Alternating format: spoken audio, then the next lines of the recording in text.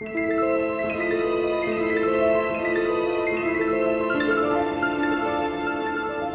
you ready, once again, to talk about murder?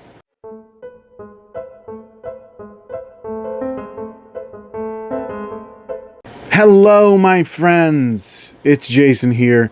Let's talk Only Murders in the Building, Season 3.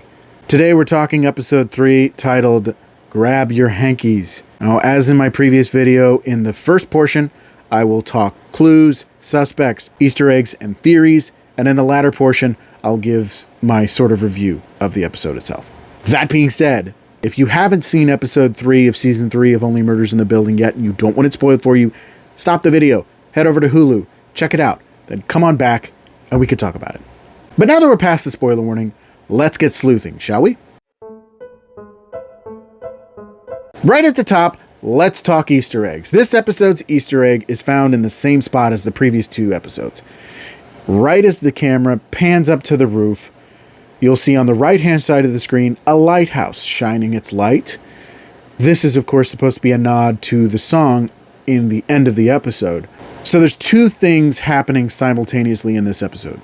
First, you've got Oliver, who's desperately trying to turn Death Rattle into a musical and really can't find a way to do it successfully. And you've got Charles and Mabel, who have decided to once again investigate. This time they've settled on the idea that because Ben was holding a handkerchief and Greg broke into Ben's apartment and stole his handkerchief, whoever's missing their handkerchief has to be the killer. So Charles goes to rehearsals, and with Mabel being banned by Oliver from rehearsals, she decides to go to the penthouse and see if she can find any clues on what might have happened to Ben, if he'd made any enemies or whatnot. So as Charles is trying to convince the rest of the cast to show him their hankies, Oliver's trying to piece everything together. Loretta has actually hired Ben's brother, Dickie, who is also Ben's manager, to be her manager. And he actually scored her a big part on a TV show. She's really excited about it. Her career's about to explode. But Oliver, kind of having feelings for her, but also feeling she's the heart of the show, won't let her go. And this makes her very, very upset, very angry. Mabel, on the other hand, who's gone to investigate in Ben's penthouse, runs into Taubert, the videographer on the documentary about Ben's debut on Broadway. Taubert claims he left some equipment there, but it becomes very clear, much like Mabel, he's also investigating too. The two of them don't really get off on the right foot at first, but they start to come to common ground when it's revealed that what Taubert is looking for is his camera, which he had on, and Ben took it with him in his dressing room. So they actually have a recording of what was going on in Ben's dressing room just before he collapsed on stage. Mabel really wants to get her hands on that footage, and Taubert wants to use it for a documentary. Mostly because he's trying to actually do something besides be an observer by telling some story about a baby elephant when he was doing a nature documentary. So Oliver apologizes to Loretta for treating her the way that he did and asks her to help him convince Donna and Cliff that this show must be a musical by singing this beautiful song as the nanny, and wins them over. She decides to stay, and the two of them kiss and form sign of a close bond. What Charles discovers is that Kimber doesn't have her handkerchief anymore. So he starts zeroing in on Kimber. And what Taubert and Mabel discover is that Ben was not alone in his dressing room that night. He was talking to someone, telling them how it would destroy his career, but he's going to like it. So all eyes are on Kimber at this point. Now, I'm going to go along with that. I view her as a person of interest. As I said in the previous video, because of the missteps I took in Season 2, I'm not counting anyone out as the killer, but I'm firmly focused on Loretta. Eyes on the prize. Eyes on the prize. She is my prime suspect. And here's why I think so. In this episode, it is revealed that Dickie is her manager.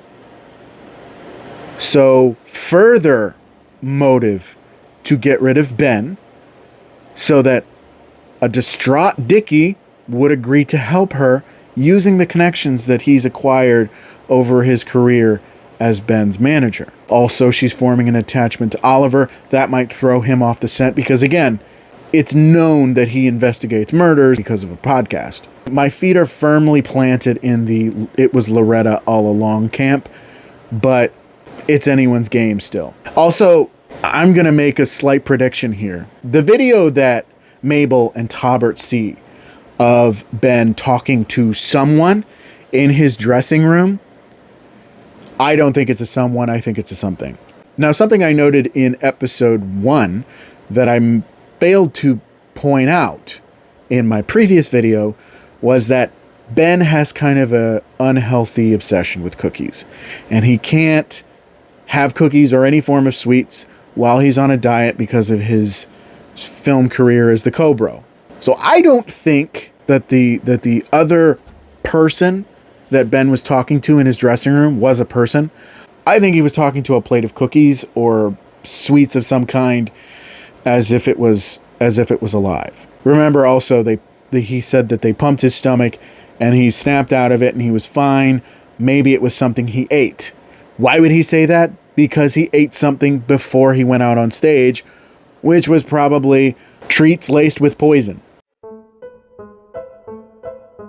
Now, as for what I thought of this episode, I thought it was pretty good. Peeled back some more of the layers. It felt like it was a bit of a slow burn. I thought that song at the end of the episode was great. Meryl Streep really just crushed it. That was extraordinary. I love that song. They've put it out on streaming so you can listen to it, and I've listened to it quite a few times. It is such a great song. Overall, I think this episode is pretty good. We get some more information on Tolbert, and we kind of really start peeling back some of the layers. It's still too early, so anything can happen, but those are my thoughts on the episode. Let me know what you thought down in the comments. Did I miss any clues? Do you have any other theories? Are you pretty sure it's actually Kimber, or could it even be somebody else? I'm still sticking with Loretta. Let's chat down in the comments. If you enjoyed the video, don't forget to click the like button. You want to see more videos, don't forget to subscribe. Click that notification bell so you get updates on all my future videos, especially my Only Murders in the Building videos. You can follow my social media pages. Links are down in the description of this video. Thank you so much for watching. I really appreciate it, and I will see you next time. Bye.